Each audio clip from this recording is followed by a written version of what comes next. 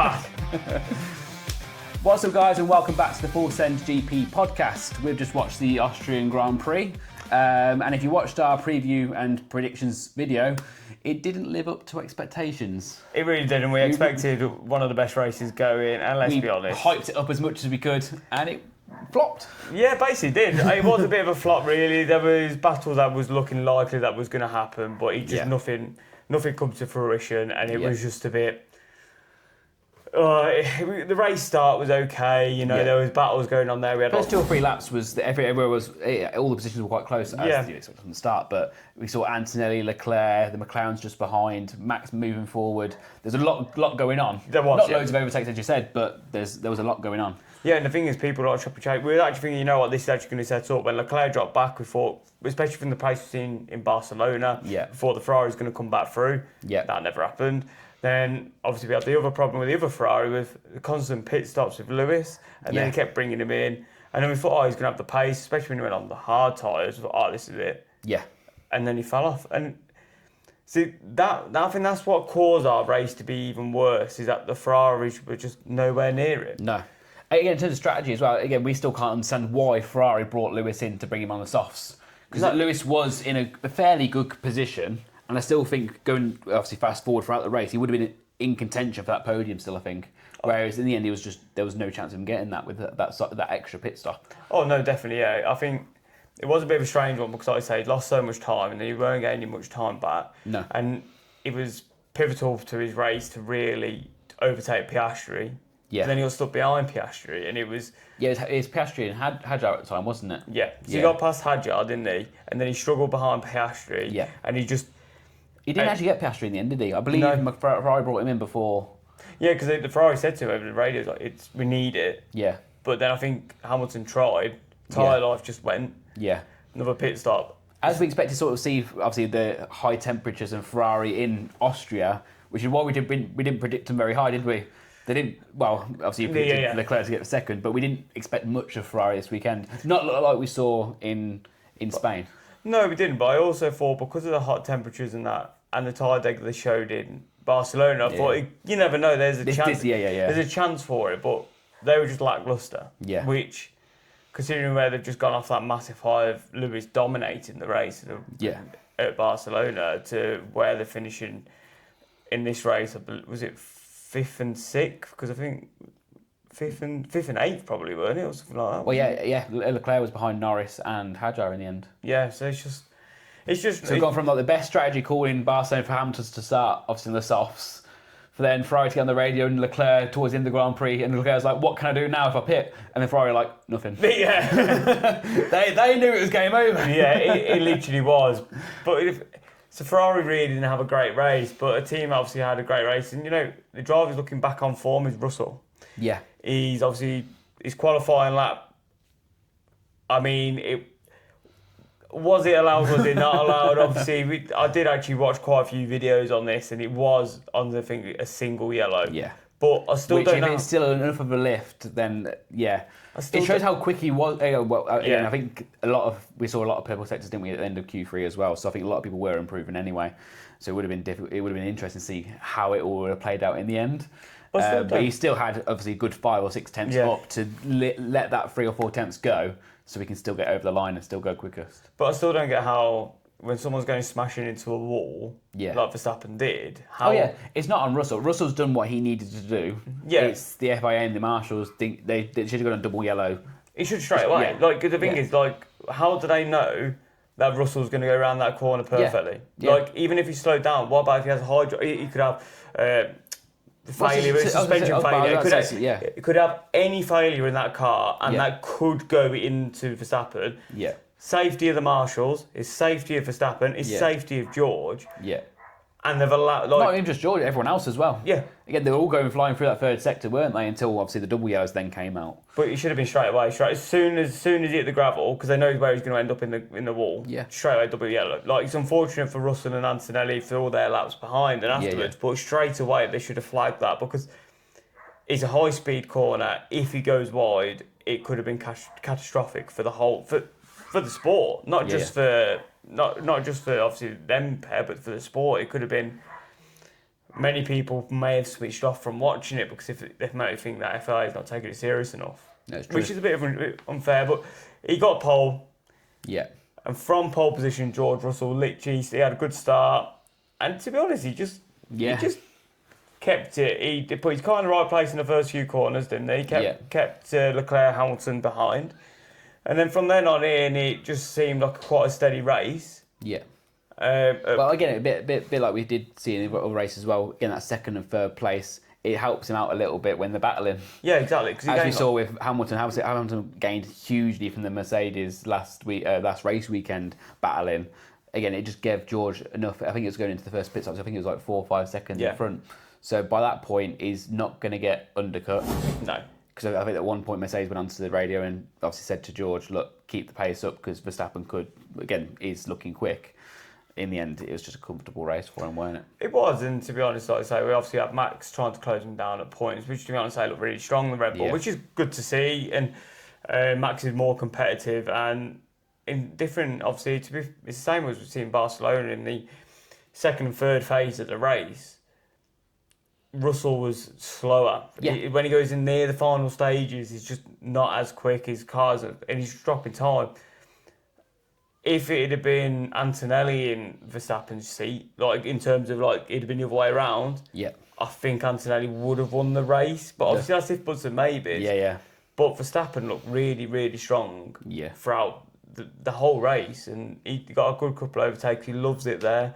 I think Red Bull needed to have a good race, though. It's a home Grand Prix. They needed to make sure that they did a very good overall for the whole team and the Red Bull brand as such, because I believe all 4 drivers did finish in the points. Yes, Lindblad, I believe, got 10th, Lawson 9th. Even though apparently his car was on fire from lap 6 onwards. I think it's like one day. I think it's when he started. He's on fire. I was like, oh, yeah. But yeah, Hadjar was 6th, didn't he? So that's a great performance from him, to be fair, to be keeping Norris behind at the end as well for Hadjar. Like, because normally we'd put him, like I say, he's the 8th best driver out of the 4 best teams. So we think, would the pressure get to him? Which we talked about quite a lot, didn't we, in the prediction video, because we were trying to predict where he would finish, because we put him as the home Grand Prix for this weekend, didn't we, with Max obviously still having Zandvoort as well. So, but obviously you would say he's done well, which I think he has done.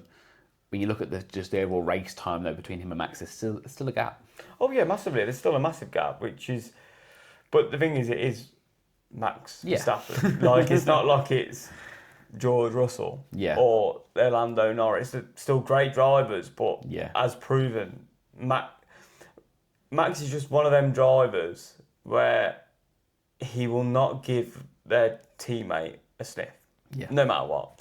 So reminds me a bit of like Michael Schumacher in his prime. With Barrichello, he didn't give him really a sniff, to be honest. And I think when Barrichello did win, I think Schumacher didn't need any points at that point. He already had the championship done, dusted. Well, very fit in the Red Bull ring, and he can. The one time he does beat Michael. Now you can go second place, mate. Yeah, exactly. Yeah, literally, he was. Honestly, it was a bit harsh, obviously, from Ferrari back then, but I think the Red Bull must have actually put Red Bull in their car to make it go a bit quicker this weekend, because it was actually a really quick car, which is quite surprising. It was quite impressive. But when we talk about obviously we talked about the great sort of sides, obviously except for Ferrari, but Ferrari engine this weekend has been terrible. So we'll cover Cadillac quickly, who are running the Ferrari power unit. Yeah, between them, I think they did 6 laps. I think it was 3 laps. Yeah, but between them, I think. Oh, between them, sorry. Sorry, missed that.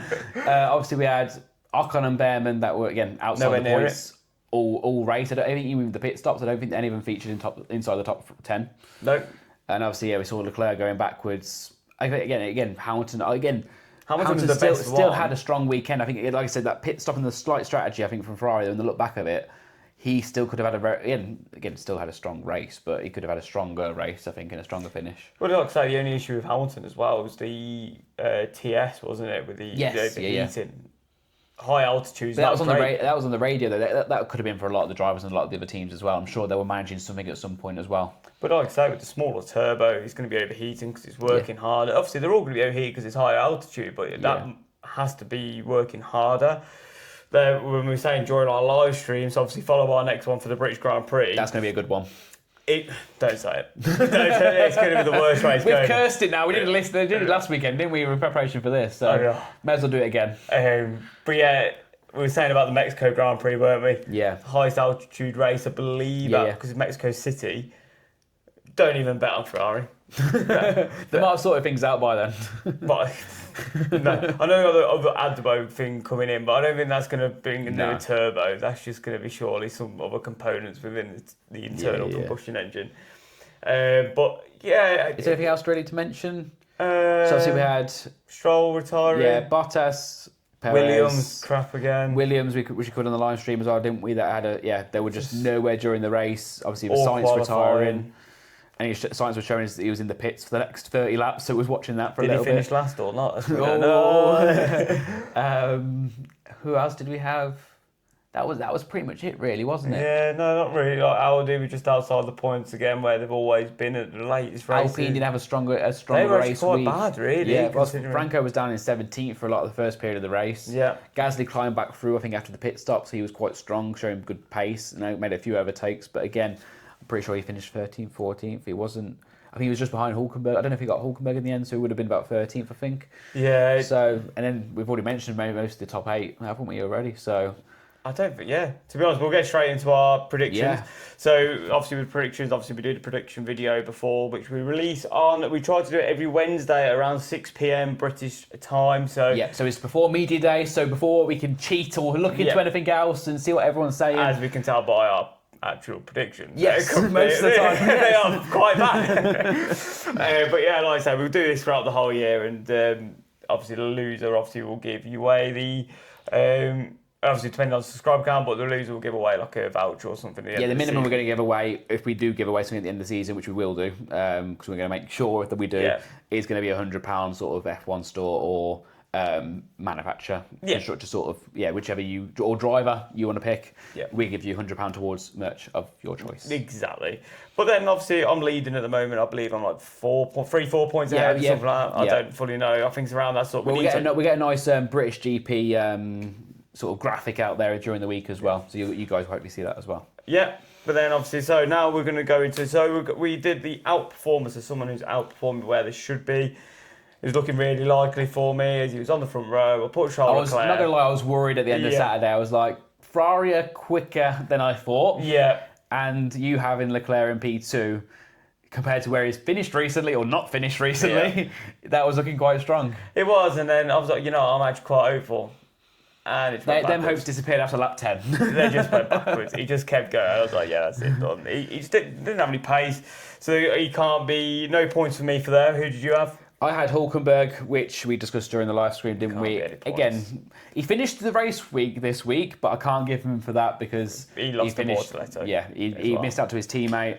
And ultimately that's around where Audi are, so they didn't outperform the car, and the driver didn't do as well as we thought. Even if he Bortoletto, there might have been a debate. And you'd have got the point between us two, probably. And we said it during the live stream as well, if Hulkenberg finished 11th, I wouldn't have allowed myself getting a point. If he's got enough 11 plate finishes when he has finished. So, no points for either of us there. Yeah, going into underperformer, who did you go for, Matt? I went, controversially, I would say, I went for Isaac Hadjar after his strong start to the season, which we've already covered him a little bit anyway. Ultimately, finished 6th, had a good race. When you look at his performance overall compared to Max, you can debate it. Yeah. But again, certainly compared to your driver, or maybe many drivers you could have picked, I can't really get a point for being an underperformer. No, I don't think you can. I think I should get a point for this Albon. The thing is, the whole weekend, he looked nowhere near it. I know he finished the race, but... We predicted Williams weren't going to be great. Yeah, we both wanted Williams, didn't we? But he was nowhere near it at all weekend. Qualifying, he was sloppy. Well, practice qualifying, I think it's pretty much certain that Williams weren't going to make it out of Q1. And he keeps coming behind Sainz. I know Sainz retired because obviously reliability, but it's not because of his own fault. But him to come last, but near enough last, to be honest, because Alonso had that many penalties going. Yeah. But the biggest underperformer probably has to be, you got to say, Charles Leclerc, actually, to be honest. Yes, continue that streak. Obviously, again, he finished this race weekend at least. Yeah. But being that far off Lewis again and just falling backwards, again, he had that slight incident with Piastri and he pitted afterwards, but I don't believe that was for contact because, well, they had contact, but he didn't change the front wing at all. So whether he might be losing a lot of time because of that, maybe. But again, ultimately, just him the or race just Pinto, I'm going to go with. But the thing you've got to think was that Alpine they've been having such a good form. Yeah. But obviously, if we'd have picked one of them I think in terms of the drivers, team, again, like I say, Hamilton would, if Ferrari got the strategy right, I think Hamilton would have been fourth. Yeah. And a comfortable fourth at that. So again, Charles should have been there and he wasn't. Yeah.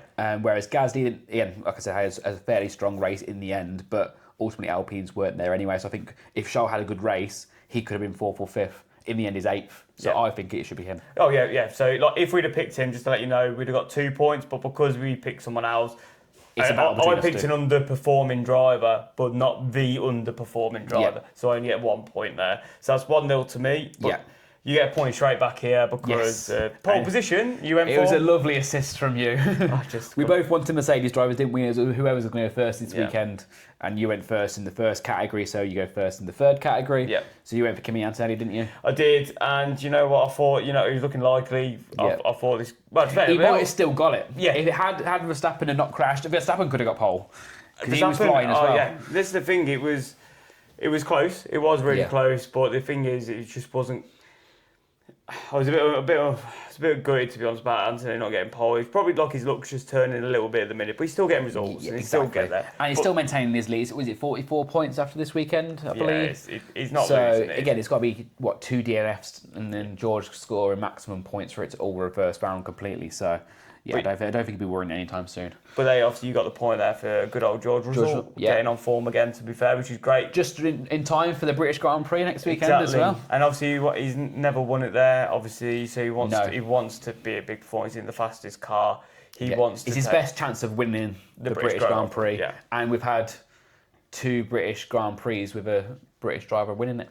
In back-to-back the last 2 years as well. We had Hamilton and then we had Norris. Yeah. Which is good. So is it Russell's turn? No. Stay tuned to find out. Well, I hope not. But so then moving on so we go for the last finishing place, just to put it out there. Yeah. And in true full send GP fashion, we've picked the 2 most likely people to finish these positions, and both of them did finish the race. Do you know what the funny thing is? We keep saying that, but they haven't done it for like 8 races, so they're not really the most likely to. Mine was like 3 or 4 races ago. No, more than he has. The thing is, I think it's been 5 races since he's come last. Jesus, and we're talking about Valtteri Bottas here, aren't we? Yeah, and then Lance Stroll. Yeah, and both of them went. I'm just going to retire. But yours didn't even. Yours might not even got a car. He literally might not got a car. We think Bottas and Perez are probably on their way to England as we speak. They're already here, mate. They've done media duties. They'd loads of time during the race. They weren't even in Austria. They're in Silverstone getting laps in now. They're on the sim already. Yeah, that was like the sim won't catch on fire. That was like AI virtual reality. Like the Cadillacs going around. We're quickly retiring, so no one notices. But so we're gonna have no points there because none of us got it because it was Fernando Alonso who finished last. Yeah. Which, to be honest, I'm surprised he did because he should have been Albon, but moving into the worst team, you went for. Well, we both wanted to go for Williams. Yeah. You went first on this category during the prediction video, so you chose Williams, so I couldn't choose them. Yeah. Which we had a big debate about their last finishing positions in 2017. So it's been a long time since they scored well at Austria. Which was true again because they were shocking. They were shocking again. They were nowhere near it. Only 1 race driver finishing, but not even being near the pace, being close to the Aston Martin pace than anyone else, which is embarrassing. But to be honest, if we're going to give a point for both of us, it has to be given to you because for a team to even turn up and to only do 6 laps between them is embarrassing. Yeah, that is. Like, considering where we said about 4 or 5 races ago, they're getting laps in, they're finishing the races. They're getting the data. Again, they will get actually, when we looked at it in Suzuka, and I believe, it was Suzuka that actually didn't look too, they were actually having a race with Aston Martin, which is obviously not much to say about, but they're actually looking fairly competitive at them back end of the positions, not just 20, 30, 40 seconds off, which they were for the first couple of races. But as you said, we're not seeing them even finishing races at the moment. It's not even close. To be honest, it's sort of an embarrassment for the sport. Yeah. Same with Aston Martin. You got both put them both in the category of you can't be. Aston Martin's probably more of an embarrassment, obviously, than Cadillac. The brand and obviously the history they've got. Yeah, but But the thing is, for you to be in this sport and not even to last till the first pit stop, and have the same issue you had in obviously Catalunya, the Barcelona Grand Prix. Yeah, because Bottas was the brakes again, wasn't it? Yeah, so you surely can't. It's just embarrassing. Like the things we gave them all the obviously the praise that we did at the start, where they were finishing races, getting the data. I don't know if they've upgraded the car since and made it, obviously because you can still do upgrades that make it worse. Yeah. I don't really know too much. Is the heat just getting to the cars too much? I don't know exactly what's going on with them at the minute, but for them not even to do... Yeah, like you said, 6 laps. I'm pretty sure Bottas, after the midway through the second lap, he was saying my brakes were on fire. Yeah, so it's embarrassing. You get the point for that. That has been abysmal. Yeah. But again, shout out. Well, no, not exactly a shout out, but notable mention to Williams as well, because I think they've had another shocker. Shocking, yeah. It's been they've had a shocker. And also Aston Martin again with Stroll obviously retiring fairly on in the Grand Prix, which we've already covered, and obviously Alonso, I believe he was a minute back off Albon, and obviously Albon had a horrendous Grand Prix. He did have his penalties, but again, it was only 10 seconds or so, wasn't it? As well, it was 5 or 10 seconds. I think it's 5 seconds. 5 seconds. I think they made him use the pits though to do it, so it would have been like a 25 second. But the thing is, another one is Alpine. They weren't anywhere near the pace that they I think we'll see them bounce back. Oh yeah, they will. In the British Grand Prix this weekend. So that goes to 2-1 to you going into the best team. Who did you go for? Which I went first for this one, didn't? Yes, you did, because this is why I went a bit rogue with this one. Yeah, I went first, which you was probably expecting me to go Merc, weren't you? Yes, I was. Whereas looking back now, I should have done. Yeah, you should have, yeah. But I normally back them, and twice I've backed them in this category so far this season, and both of them, they've just decided not to dominate by 20 or 30 seconds. So it's a weird one, though, because to be honest, there's a debate between Mercedes and Red Bull being for the best team for the package they've had. Yeah. But to be honest, none of us even went for them packages, so we can't even argue the point. You obviously went for McLaren. McLaren, yeah, because I was expecting them to, again, this track has suited them. Obviously, we know where they were last year. They're nowhere near that sort of level in terms of the overall package so far this season. But I was expecting them, after seeing what Piastri and Piastri was doing in Catalunya, and obviously Norris had a strong race as well. Norris was still right on the back of, I believe, George and Antonelli, wasn't he, when it came to Antonelli retiring? So I was thinking they were going to have a strong weekend.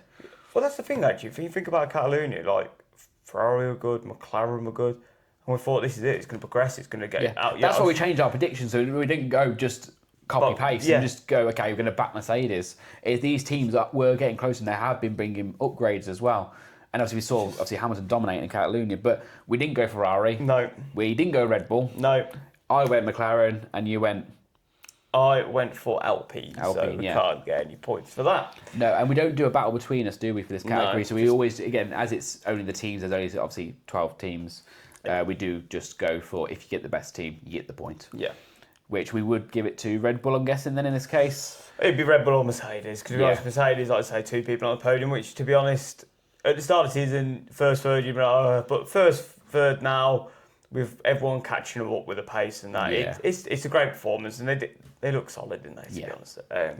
But obviously, Red Bull. We again had Antonelli not have his brake issues during the race, we probably maybe would have seen the 1-2 as well. So, but now moving to our category that we made, obviously, which was our most full sends, which is just now, obviously, as of about 3 races ago, just a competition between me and you. Yes. Because otherwise, it would be impossible. We can't count more than 10, can we? So. And the thing is, you know what? The mad thing was, we actually seen a visual, didn't we? A little thing pop up. About how many overtakes it was. And I was like, that's never happened. We needed that for the whole thing. They've been watching along. Yeah, one of our subscribers. So most full sends of the week, I went for Max Verstappen. Yes. Which he did make places up from 5th to 2nd, so he got a lovely 3 overtakes, and he had a great race. Yeah. I went for Arvid Limlad, which I believe he probably only made like 1 overtake all race. He pretty much stayed where he started. I know he finished in the end. So you'd definitely get the point for that. So that makes it 2-2, is it? 2-2, yeah. Yeah, 2-2, because you've got the underperformer, haven't you? I've got the pole position, I got the worst team, and you got the most full sends. So that's 2-2, but then it goes into the podium where you get another point back here. I do. Do you get any points yourself? No, none. No, so what was your top 3 again? I was first for Russell, second Leclerc, and first Antonelli. So obviously none of that. If I just I was going to say, the Mercedes drivers, you swap them round. I'd have been laughing, but... Well, you couldn't have done, because I think I probably gone first here, didn't I? So I went Antonelli third, didn't I? Yes, you did. To help you out, because obviously you was quite buzzing about that, weren't you? Yeah, well, so I genuinely thought Antonelli would just bounce back. Yeah. Obviously, you get your point for Russell. My point for Antonelli. Oh, Antonelli, because he third, third. Obviously, I put Russell second, which obviously was first, so it wasn't too far off. And I went for a bit of a bold prediction. I went for Lando Norris to win the race, and after the first few laps, didn't really show as much pace as I thought he was going to have this weekend. But it's still an okay race for McLaren. I think Piastri was there or thereabouts. Yeah. But definitely not as strong as I thought McLaren would be. So just 1 point from the podium. Yeah, exactly. So then moving into our home driver, which give Isaac Hadjar because of Red Bull driver, and Max Verstappen has two of it. He is. And there's no French race either. I think that was the key one, wasn't it? No French race, and obviously it is the Red Bull Ring in Austria. So we gave it to Isaac Hadjar for this week. And I went for 8th position. So how this works is if we get it bang on, we get the 2 points, but then the closest place between us two will get 1 point. I went for 8th, and I thought, you know what? Banker, if everyone stays and everyone's driving, like there's no reliability issues. It makes sense. I wanted 8th. We debated this, didn't we? I wanted 8th as well. I think 8th is the perfect position because, as you've already said, he is sort of the 8th driver at the moment, isn't he? Yeah. He's not as fast as Max. We're seeing improvements from McLaren and Ferrari, so 8th makes sense. Yeah, and it made sense, to be honest. I thought, that's perfect. It makes it difficult. And all the drivers finished. Yeah. And I was like, this is it. But he didn't finish there. He ended up finishing 6th. Yeah. And Matt went for a lovely P7. So therefore, he gets the extra point, which makes it 4-2 to Matt this week. Which I think is the most I've gained on you in one race weekend, I'm pretty sure. No, I think you've done 2 before on me. I don't know. Must have done. I it could have been worse. It could have been worse. It could have been, again, I've been unlucky with a few of these predictions as well. My overperformance and particularly my last places as well.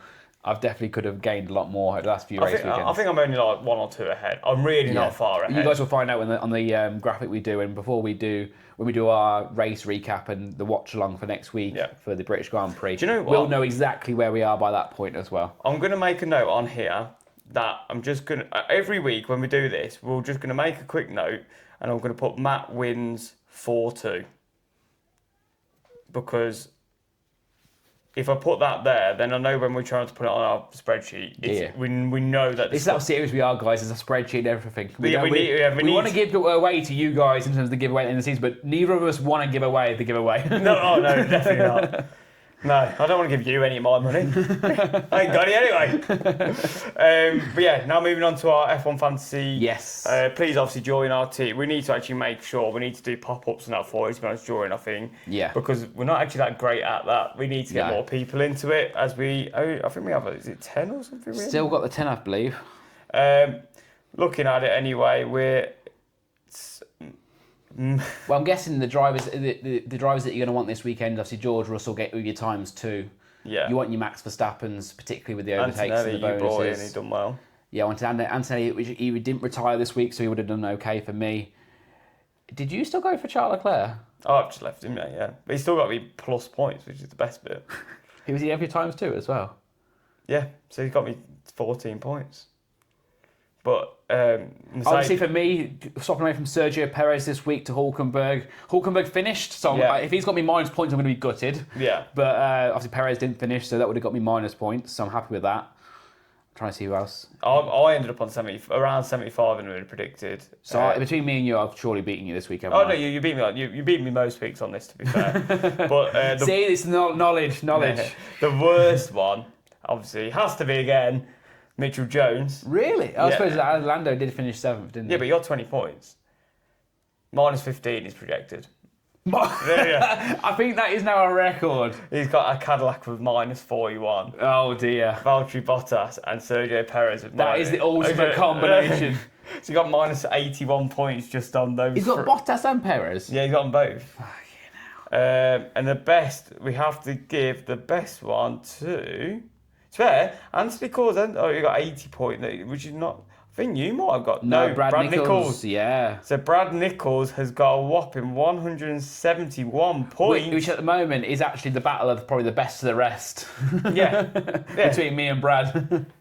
Honestly, he's had a great week. Russell, Hadjar, Lawson, Gabby Bortietto... Ollie Behrman's in one with minus points, which is -1. Then Mercedes and Audi bringing him in good points for his constructors. That's a good performance, that is. Yeah. But yeah, honestly, with that, I can't really say too much else about it. Just please, like I say, join, like, subscribe, comment, and like I say, just give us a follow. We're on the road to 200 subscribers, on 189 when we last checked, which is massive. So we might even be more than 200 by the time we get to next weekend. Which would be absolutely massive. If we can get close to... Honestly, I don't know how we're at this point anyway, to be honest. But if we can all we want to do is just keep progressing and keep getting bigger, which is it's just a bit of fun. We're having a bit of fun. We're loving it. You guys, I'm hoping, enjoying our shit opinions, really, to be honest. I think that's putting it kindly. Yeah, so bad. I think out of a whopping 200 points of predictions, we're on about 10.